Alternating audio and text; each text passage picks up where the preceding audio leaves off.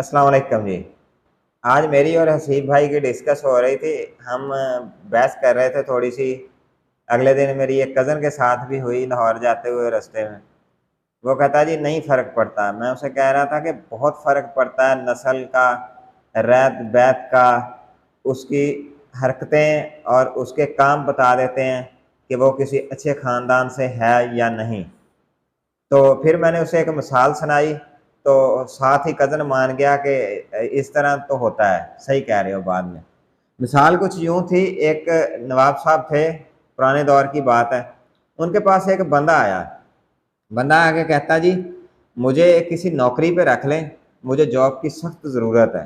तो बादशाह कहने लगा यार मेरे पास वज़ीर वगैरह या कोई अच्छी नौकरी तो नहीं है।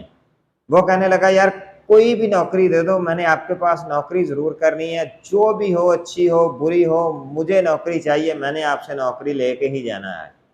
तो बादशाह ने देखा इधर उधर, नज़र दौड़ाई कि कोई है जगह बनती है। बादशाह ने उसे कहा जी मेरे पास नौकरी तो है, लेकिन जो मेरी घोड़ी है ना खास, वैसे तो बादशाहों के पास दो दो चार चार हज़ार घोड़ियाँ होती थी, कि जो मेरी खास घोड़ी है ना, तो उसके बंदा भाग गया कुछ दिन पहले ही चारा डालने वाला। तो आप मेरे पास आ जाओ, उसे चारा डालते रहना। तो उसने कहा जी ठीक है, मुझे ये भी आमीन है। वो कोई महीना दो चारा डालता रहा। बादशाह ने एक दिन अपने पास बुलाया। बादशाह कहने लगे कि क्या रिपोर्ट है यार घोड़ी की।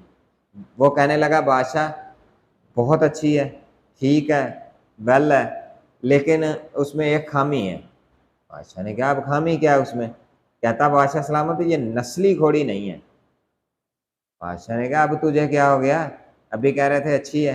कहता नहीं उसकी नस्ल अच्छी है, लेकिन आगे जाके कुछ मामलात हुए हैं उसके साथ और नस्ली रही नहीं है। तो बादशाह ने बुलाया जिससे घोड़ी परचेज की थी, खरीदी थी, ली थी, उसे बुलाया। उससे पूछा भी भाई क्या मसला है। तो वो बताने लग गया कि जब ये घोड़ी का बच्चा पैदा हुआ, इसकी वालदा की डेथ हो गई थी, वो मर गई थी। मैं इसे एक गाय का दूध पिलाता रह गया। देखे, सिर्फ गाय का दूध पिलाने से उस बंदे ने अंदाजा लगा लिया कि इसकी खसलत में फर्क है। फिर बादशाह ने अपने मुलाजिम से पूछा कि आपको कैसे पता चला। वो कहने लगा कि बादशाह सलामत जब कोई भी घोड़ी घास खाती है, वो नीचे से घास उठाती है, ऊपर जाके जगाली करती है। ये घोड़ी खुरली से पट्ठे लेती है, वहीं पे ठहर के जगाली करती रहती है। वो यानी गाय वाली हाँ जी, उसमें खसलत गाय वाली आ चुकी है, क्योंकि उसने दूध गाय का पिया था। बादशाह सलामत ने कहा वेल डन। अच्छा अब आप ऐसे करो, आप घोड़ी वाली ड्यूटी छोड़ो, अब आप मलका के साथ ड्यूटी करोगे। जो बादशाह की बेगम थी, उसने अपनी बेगम के साथ उसकी ड्यूटी लगा दी।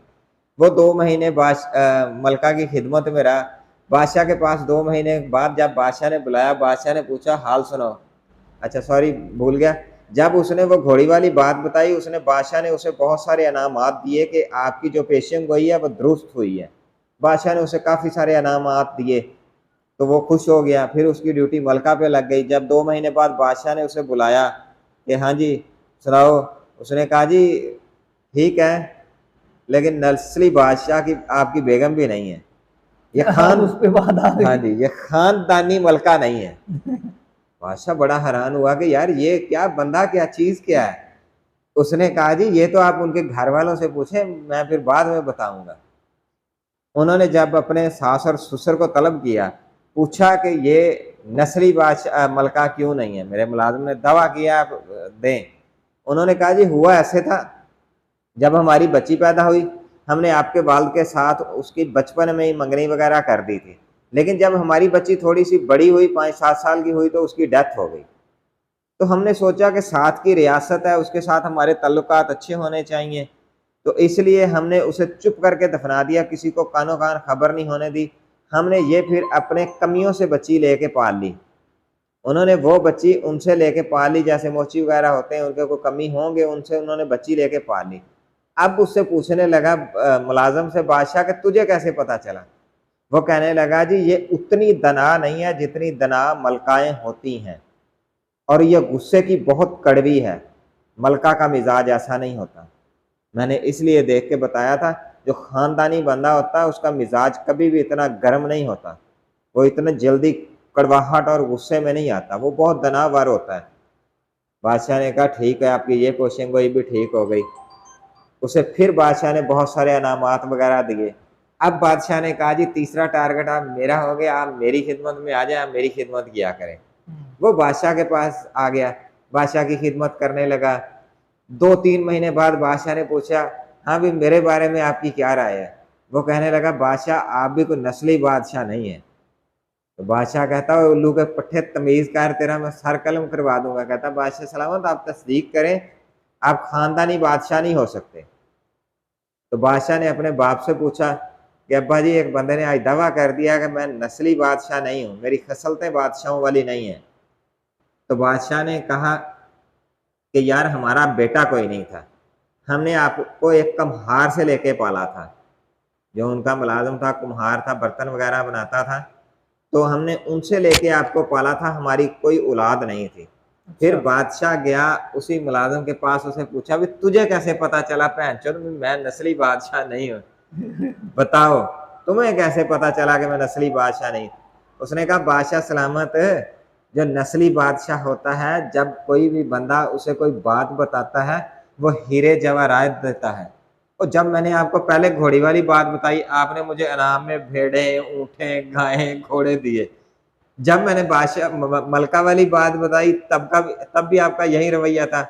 यानी कि बादशाह के पास कोई भी बंदा आता था, हमेशा बादशाह या कोई भी बंदा किसी बंदे को तोहफा वो देता है जो उसे सबसे ज्यादा चीज प्यारी होती है। ऐसी है। कहता आपको प्यारी लगती है गायें, घोड़े, भेड़े, ऊंट, गधे। वो इस नस्ल भी आ गई ना, हाँ जी, उसकी नस्ल इस खासियत वही उसकी थी। नस्ल ये थी कि कम्हार था ना जात का, उसे खोतों से प्यार था, जानवरों से, भेड़ों, बकरियों, गधों से ज्यादा प्यार था। उसकी नजर में कीमती चीजें ही ये थी। उसे जब भी कोई कीमती मशवरा देता वो उसे दूसरा तोहफा तन ये देता। हालांकि मलिक बादशाह की ये सोबत नहीं होती। इसीलिए जिस तरह की सोबत में, जिस तरह के माहौल में आप रहते हैं उसी तरह के हो जाते हैं। इसलिए कोशिश करें कि अच्छे लोगों में बैठें। छोटी सी मिसाल देता चलूं, अशफाक अहमद अशफाक साहब कहते हैं मैं रात 12-12 बजे तक लोगों के पास बैठता था जब मैं इल्म हासिल कर रहा था। दनावार लोगों के पास बैठने से इतना इल्म आता है कि दुनिया आज भी, उन्हें फौत हुए 2004 में उनकी डेथ हुई है, आज भी उन्हें दुनिया याद करती है और उनके बहुत बड़े मदाओं में से एक मैं भी हूँ। दिल की हसरत है कि वो जिंदा रहते तो मैं इनसे ज़रूर मिलता, नहीं मिल सका। फिर उनकी कब्र पे फातिहा पढ़ने ज़रूर गया था। लाहौर में मॉडल टाउन ए में उनकी कब्र है, अगर कोई दोस्त जाना चाहे तो। खसलत का फ़र्क ये होता है, सोबत का फ़र्क ये होता है कि अच्छे लोगों में बैठोगे तो अच्छे बन जाओगे, नशेइयों शराबियों में बैठोगे तो आपकी सोबत भी उस तरह की हो जाएगी। इसलिए मुझे दीजिए इजाज़त, दुआओं में याद रखिएगा। अल्लाह हाफिज़।